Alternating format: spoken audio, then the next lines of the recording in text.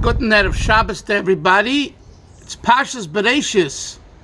Azay bestellt sich weg Parshas Breishis, azay geht the ganze Jahr. The way one behaves and acts and is on Parshas Breishis, so will be the rest of the year. So Chevra, now is the time, this Shabbos, to make it a full Shabbos. Less sleeping, more davening and learning, farbringing, and really being your best with hachlotas tovos, making good resolutions. I remind myself of something that I experienced myself with Reb Yoel that I thought might be appropriate for this Shabbos Breishis. This was, I assume, in 1980 or so, or 79 or 81, one of those years, 82, one of those years. I was already learning Chassidus by Reb Melech Tzvibel in Morristown. We were learning Granat, and then we learned some Samach Vov. These are deep teachings of Maimorim of the Rebbe Rashab, the fifth Rebbe of Shalom Ber, and the articulation of the mind, the usage of the brain to question ourselves: who are we? What does God want of us? What's our mission as Jews and as people of Torah? What's Lubavitch? What's other Hasidic groups, Litvische groups? All these questions were hovering all over the place, and this was debated and discussed in the yeshiva, and it was a wonderful atmosphere and environment. However, for certain questions and issues, as I developed my relationship with Reb Yoel,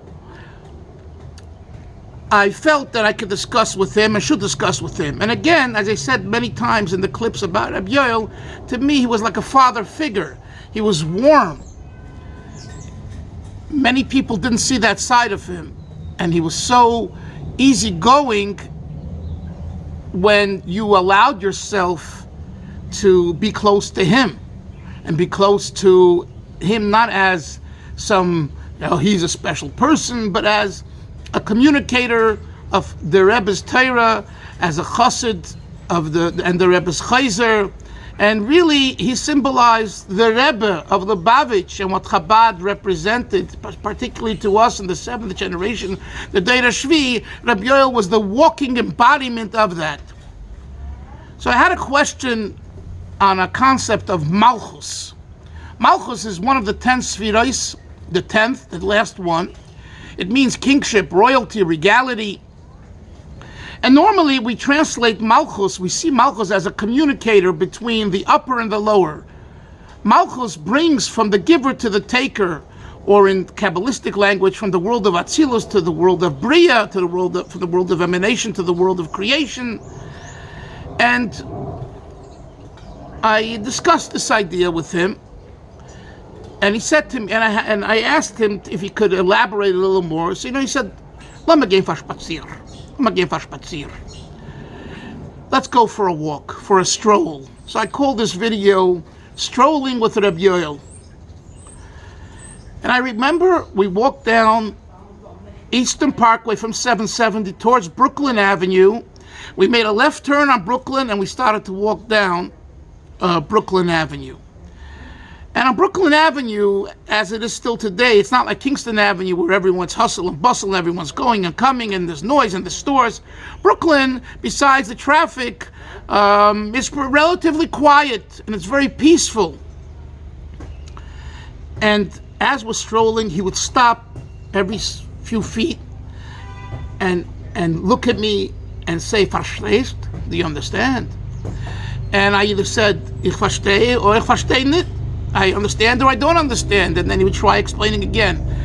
What I'm left with, this is like 40 years later, more than 40 years later, what I'm left with is the following.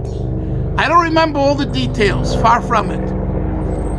But what I remember is that he said, there is Malchus,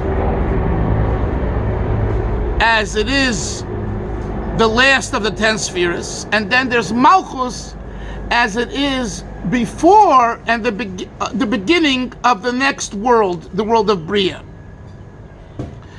And he explained this to me, and it was fascinating. I wish I would remember the details, because he was going so deep, and I was like blown away. I didn't understand everything he was saying, but what I walked away was with, this man is so deep, and he understands it so well, and I can just get a little bit of it, but it gave me enough to think about. And for weeks and months, I was thinking about this. I'm still thinking about it. Unfortunately, I don't remember the details, which would help me think about it and understand it better today. And then we made a left turn on Montgomery Street and walked to his house, and I went to his house. Walking with your Mashpia, walking with your mentor. Every Yid, Shabbos Breishis, needs to find themselves a Mashpia, a mentor, because it brings the best out of you, the makabel, the recipient, the student, the child, the teenager. We're approaching a new year. Students are back to school.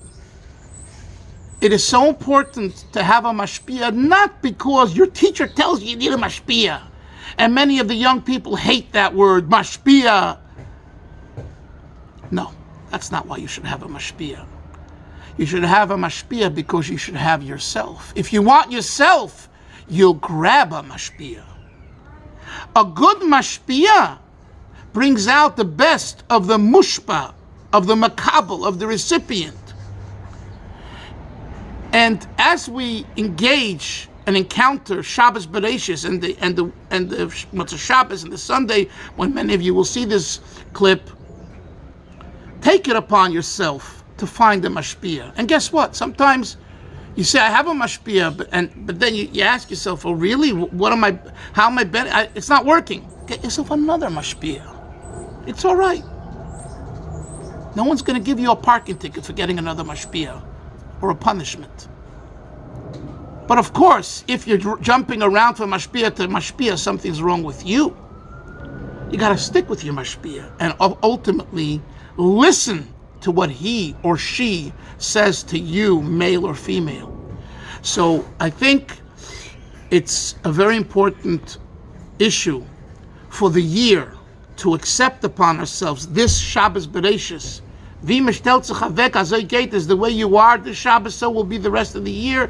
Just make a achlata and keep to it, that you will, Motzei Shabbos, Sunday, during the week, call, email, WhatsApp, TikTok, whatever method of social media you're into or not into, or go into a shul and ask someone, I'd like to talk with you, and see if you connect, and then make them your Mashpia.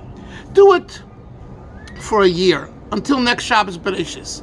And during the year, if you'd like to communicate with me about your Mashpia, without names, of course, and discussing, I'm available at WhatsApp, other email, other means of communication. I'll be glad to offer my advice if you care to hear it. Anyway, may Hashem help each and every one of us grow in our avodas Hashem. Shabbos Breishis, Bar Elikim. The first thing that a Jew must do is to bara. Bara also means, besides create, to bring light. Elokim, to illuminate the Elokim, the concealment. Elokim Gematria Tevet's numerical equivalent is 86, which is the same numerical equivalent as the nature. Nature conceals God many times, right? You have to inspire nature, that nature should become bara, illuminated. May Hashem help us. We'll be zeicher to the Gula Shlema. Bara also means health. Everyone who needs a refuah shlema will have a refuah shlema with all the other brachas of Shidduchim Tovim, Parnasa Bar Chava, and we'll be zeicher to the Gula Shlema, Bekarev Mamish.